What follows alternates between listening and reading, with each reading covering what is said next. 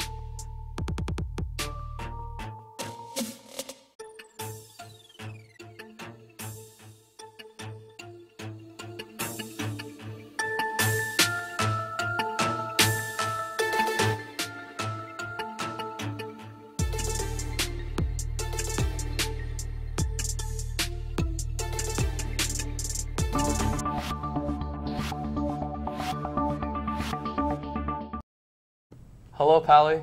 Today is Monday, January 28th, 2019. And INFocus starts right now.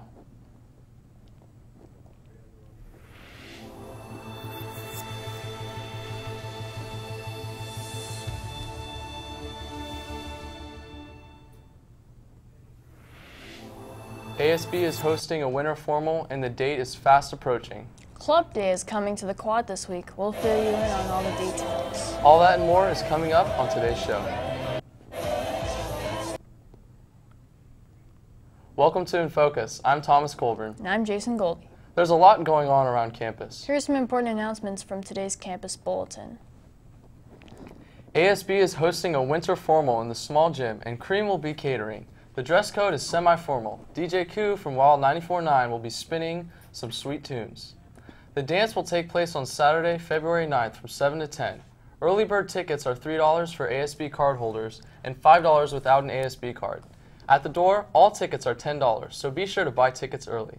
They're available on the Pally web store on the quad and in front of the MAC starting next week. Pally's second semester club day is fast approaching. The day is a Pally tradition where students can learn about all of the club offerings in a fun environment and sign up for the ones they find most interesting. Club day is this Friday, February 1st. Take INFocus staff conducting an anonymous survey to find out student eating habits. Students can help us by going to tinyurl INFocus food survey and filling out the survey. Students should make sure to order the 2019 yearbook now because after February 1st, the price will increase from $75 to $90. Yearbooks can be ordered on the Pali website or at the ASB bookkeeper's office in the Tower Building. Cash, check, debit, and credit are all acceptable. Email Fatima Giffen at fgiffen@pausd.org for more information or to check if you have already ordered a yearbook. There are several guest speakers coming to Pali soon. First, future STEM leaders will be hosting Leah Witzkowski, the Science Policy Analyst at Innovative Genomics Institute. She will be in P4 during lunch this Thursday, January 31st, to talk about CRISPR-Cas 9 gene editing. Make sure to mark your calendars because pizza will be provided. Also, Erica Woolsey, a PhD marine biologist, will be speaking at Pali on February 22nd. She will be bringing 20 VR headsets and will tell us about Immerse, her project to share the ocean with the public through virtual reality. The footage she will showcase will be the final product from her company. Moving on now from what's going on around campus to what's happening in the world and locally today. Let's take a look at what's topping today's headlines in today's News Minute. The anti-clotting drug morphine is no longer recommended for treating atrial fibrillation, except for a select group of patients. That's according to guidelines released today by the American College of Cardiology and the American Heart Association. Instead of morphine, doctors and patients are encouraged to use drugs called novel oral anti-opiates, or NOACs, have been developed and approved during the past decade by the U.S. Food and Drug Administration. So whether you would like to swap the cold for warmer temperatures or check off a bucket list location, the final Tuesday in January serves as a reminder to not let too much time pass before booking travel. Project Time Off says planning a vacation helps improve relationships, health, and happiness. So don't let those days go to waste. A few quick and easy tips: calculate how many days you have to take, check your calendar, and share your plans with family, friends, and employees, and your employers. Shifting focus from modern world news, we take a look at the events of the past in today's installment of Today in History. INFocus's resident historian Derek has been doing some research about the Challenger space shuttle. He is in the studio now to tell us all about what he has learned. So Derek, fill us in on all the details. Thanks, Thomas. At 11:38 EST on January 28, 1986, the Space Shuttle Challenger lifted off from Cape Canaveral, Florida, and Krista McAuliffe was on her way to becoming the first ordinary U.S. civilian to travel into space. McAuliffe, a 37-year-old high school social studies teacher from New Hampshire, won a competition that earned her a place among the 7-member crew of the Challenger. She underwent months of shuttle training, but then, beginning January 23rd, was forced to wait 6 long days as the Challenger's launch countdown was repeatedly delayed because of weather and technical problems. Finally, on January 28th, the shuttle lifted off. 73 seconds later, hundreds on the ground, including Krista's family, stared in disbelief as the shuttle broke up in a forking plume of smoke and fire.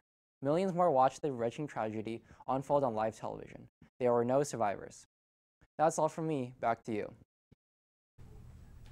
A truly tragic event that will be remembered by Americans for decades. Now let's move on from that disheartening aspect of history as we take a look at the uplifting performance of Pali's athletes this last weekend. Anthony is in the studio now with the latest in Pali sports news. I know you love playing basketball, Anthony, so did our basketball teams bring us any more victories this weekend? There were a few wins. Let's get right to the scores. The girls' JV basketball team played an away conference game at Santa Clara and took the win with a score of 58-39. Next, the girls' varsity basketball also won against Santa Clara with a score of 52-40. The boys' varsity team unfortunately lost their away conference game against Homestead with an incredibly close score of 60-56. Now let's see what upcoming games Pali are playing in today. Boys' varsity soccer plays at Santa Clara at 3:30, followed by the boys' JV soccer team playing at 5:30 in Santa Clara. Meanwhile, girls' JV basketball are taking on Mountain View in a home game at 5:30. Right after is the girls' varsity basketball game playing a home game against Mountain View at 7 o'clock. As you can see, we have a pretty busy schedule today. That's all from me. Now back to you in the studio. Those were some close-scoring games on Friday. You're right, Jason. I, for one, am excited to attend some of our home games this season to watch and support our athletes in playing these tough games. Me too, Thomas, and one of my favorite parts about basketball is that it's indoors, so you don't have to worry about if it's raining. Good point. We're going to have more rain later this week, so our basketball players should feel lucky that they play under a roof. Our other teams won't be lucky. Let's take a look. We shall go to the beginning. So as we look at San Francisco, we have a high 65 and a low 51, roughly around 64 degrees right now, with winds at about 7 to 8 miles an hour. As we look at Oakland, we have a high of 66 and a low of 50, roughly the same temperature as San Francisco. As we go down south, we have a high of 67 and a low of 49. So that's our Bay Area temperatures for today. As we look at today in Palo Alto, it's pretty cloudy today. We had around 65 degrees with a high of 67, a low of 50, roughly around 3 miles an hour for wind. As we look at Tuesday and Wednesday, we're expecting high 63, high 65, low at around 50 degrees. And as we look at the rest of the week, we're expecting a lot of rain on the weekend and on Wednesday. So make sure to stay nice and dry. Well, that does it for today's episode. Be sure to visit our website to check out old episodes, check the bulletin, or to send us an email. Until next time, have a great day, Pally.